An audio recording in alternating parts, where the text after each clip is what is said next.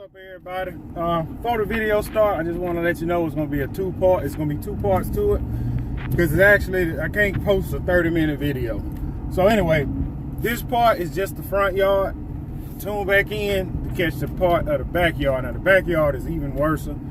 I got to cut my way to get in there to open the gate on the other side because it's locked. So I got to cut my way in to get to the other side of the gate to open it. Then I'm going to jump on my mower and just try and knock everything out. But thanks for tuning in. Hit that subscribe button, punch that thumbs up, and I'll catch y'all on the next one. Tonight, don't let these moments pass you by. Like a star, we shine bright. We're lighting up the sky. Let's be the light. Be the light. Tonight, be the light. Let's be the light. Tonight, let's be the light.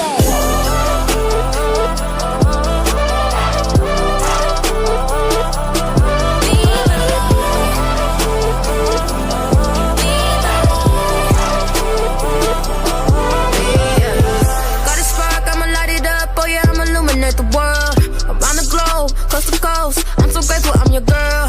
Born sinner, I don't mask it.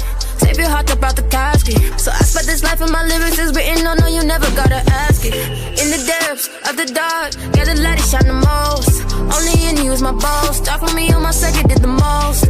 War for my soul, what gotta know. I cannot live my life casually.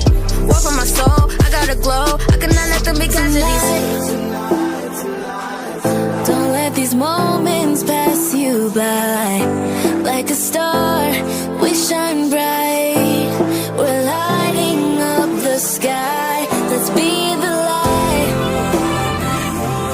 Be the light. Tonight, be the light. Let's be the light. Tonight, let's be the light.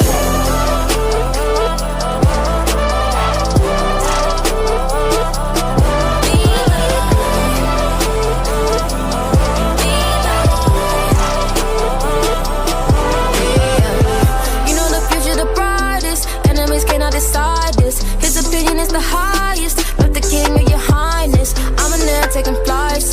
Got some people on the slightest. Call them Judas with the psychics. God is obvious that inspires. So I can't waste no time worrying about better little things. Yo, I'm just being honest. I can't waste no time. Yo, we got souls that need saving. I gotta be on it. Yeah, trying to go and save the nation.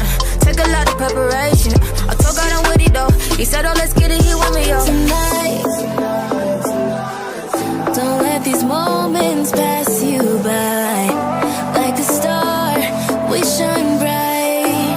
We're lighting up the sky. Let's be the light. Let's be the light. Tonight, be the light.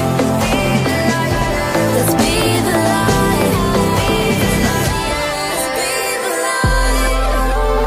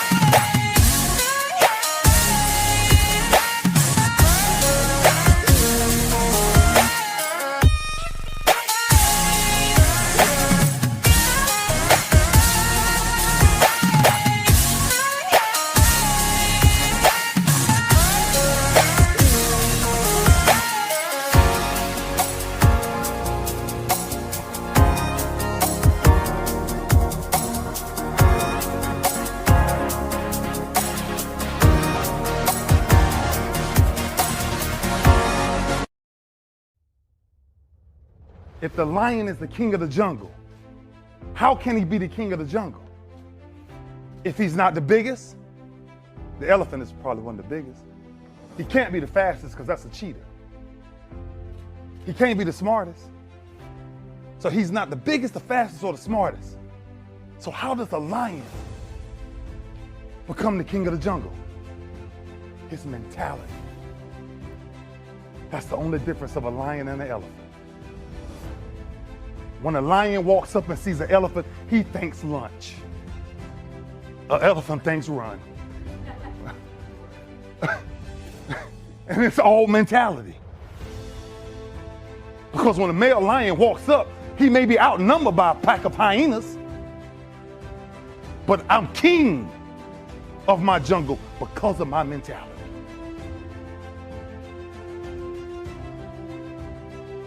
If an eagle ever sees a bird flying at the same altitude that he's flying at, it must be another eagle. It must be another eagle. Because pigeons don't fly at the altitudes of eagles. And if you find yourself flying with pigeons, you may be flying too low.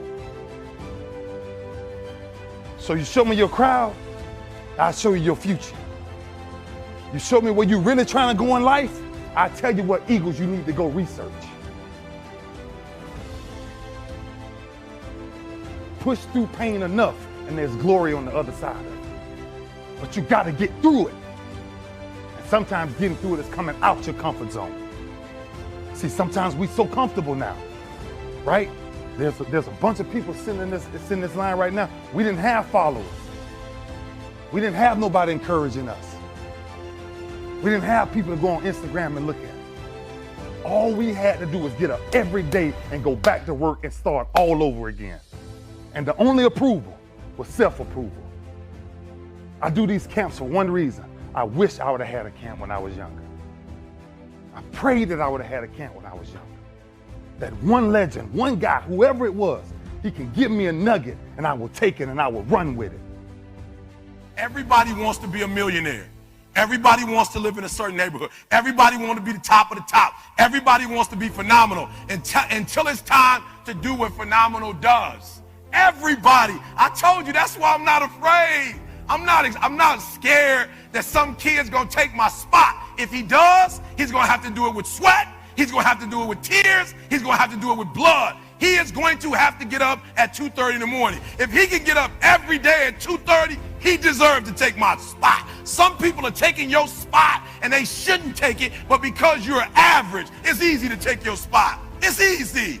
It's easy to get to the place before you get there. It's easy to take that client before you get to him. It's easy. It's easy to beat you. Why? You average. It's easy to beat you. You're excited. You come to the conference. You listen to the stuff. You're excited. But let me tell you something. Everybody wants to be a beast until it's time to do what beasts do. What I need you to do is I need you to just, when you get back, okay, I'm sorry. Glenn's going to take care of you. Aaron's going to take care of you. Chris going to take care of you. Tom's going to take care of you. All these great speakers, Jet's going to take care of you. Look, this thing is deep. They're going to give you a list of every single thing a beast needs to do. There's only one thing they cannot do. They cannot turn your beast mode on. All right, I'm going to say it one more time. They're going to give you all the beast instructions. You're going to be like, what? Wow, it's only 20 things to do to be a beast. But when you take all that information home, there's one thing that they cannot do for you, and that's called turn the beast mode on. If you can take all of this information and turn beast mode on, there's absolute, look, see, I don't know what time it is. I'm not sure. I'm on a whole different time zone. I don't really know what's going on with my body and why my body is not getting the sleep that it's supposed to get. But listen to me. One time I'm speaking at 9, another time I'm speaking at 8:30 at night, another time I'm signing books at 9 p.m. I don't care about the time. My body does not go with the time. I teach my body. You adjust to the engagement. You adjust to the gig. You adjust to the presentation. You adjust to the piece. Why? You not average. You beast mode. So I don't care about what time it is. I have an opportunity of a lifetime. I'm in Australia. Every single time, I don't care if it's Melbourne, I don't care if it's Brisbane, I don't care if it's Sydney, whatever it is, and whatever it is, I've got to be in beast mode. Why? Because if I'm not in beast mode, Glenn's not bringing me back. I have have to be in beast mode 24/7. And your problem is you're like a university class. You are on beast mode Monday, Wednesday, Friday. Tuesday, Thursday, beast mode. Beast mode, 10 a.m. to 12. Beast mode, 1 to 5. And I challenge you to make up the gap. I challenge you to go from average. I challenge you to go from good. I challenge you to go from great. And I challenge you to be phenomenal. I challenge you to live in beast mode, because beast mode makes more money.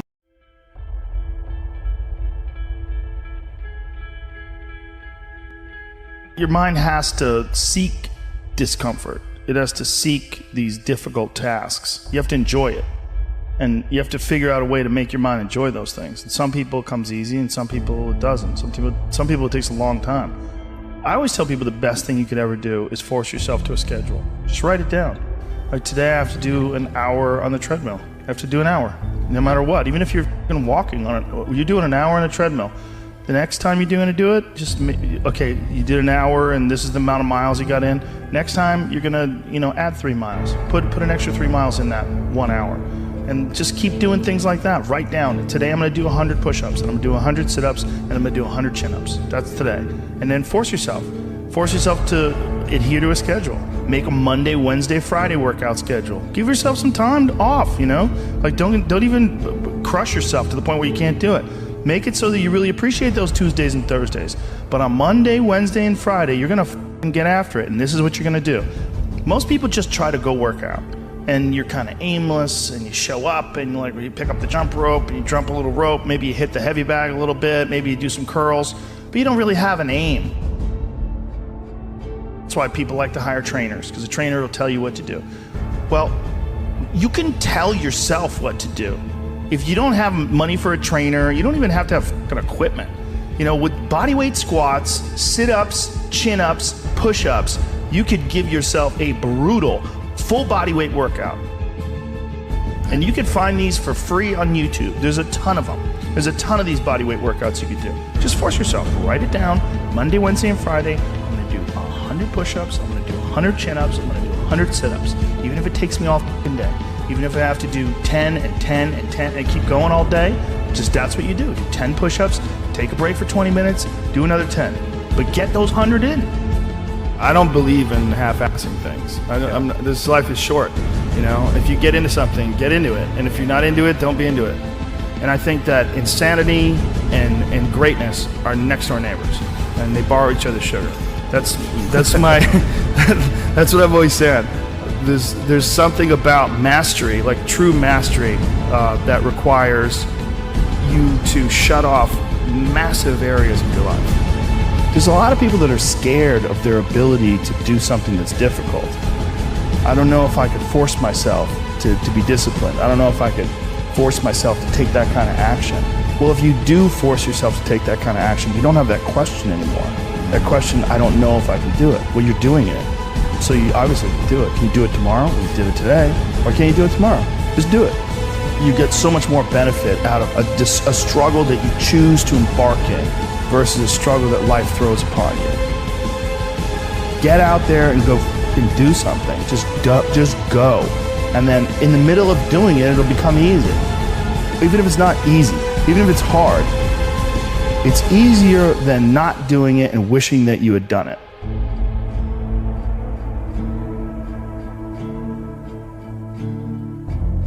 Oftentimes people confuse discipline with focus, and this is why that's important.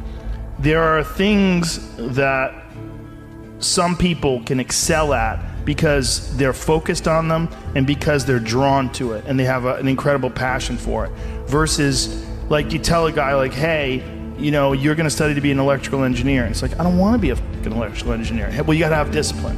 And so they don't have the drive, and they don't get excited about it, and they don't do. But if you tell that guy, whatever, you're going to be a golfer, and he loves golf, and he's practicing every day, and he becomes a professional golfer. And you say, well, I thought that guy didn't have any discipline. Well, it's not that he didn't have any discipline. He's just not interested in that other thing. I was never a disciplined kid, but I would find things that I loved, and I was obsessed, and I always felt embarrassed by it. because people would say, oh, your son, like to my mom, your son is so disciplined. And she'd be like, my son's f***ing crazy. Like, he's not disciplined. He finds these things and that's all he does all day long. Like, it's not really discipline because he doesn't clean his room. He's fucking lazy. There's all sorts of shit he's supposed to do. I never did my homework. There's all the, but if I had a thing that I was into, I was obsessed. You were crazy about it. But it would bother me that I didn't really have discipline. Like, if I had jobs that I had to do, I didn't do a good job at them, like construction jobs that I had. But when it came to martial arts... How did you find those things, though? How did you find those things? Did you stumble upon them? Lucky. Just got lucky. Martial arts, I just got lucky. And it clicked with me, like, almost immediately. I became obsessed, you know, and I wanted to excel at it. And so I was just doing it all day long. And I think the more you choose to embark in these struggles, these especially physical and mental struggles, because I consider both martial arts, yoga, and actually even trail running, I consider the mental struggles as much as physical struggles. Like, because I could stop anytime I want. I'm halfway up the hill, I can go, fuck this. So I'm walking the rest of the way. Yep. Call my dog over, put him on the leash. I'm like, we're walking, buddy. You know? But, or you could say, no, this is what I'm doing today. I have a very clear plan in front of me. My plan is we're doing 4 miles today. This is where we start. This is where we end. This is what we're doing.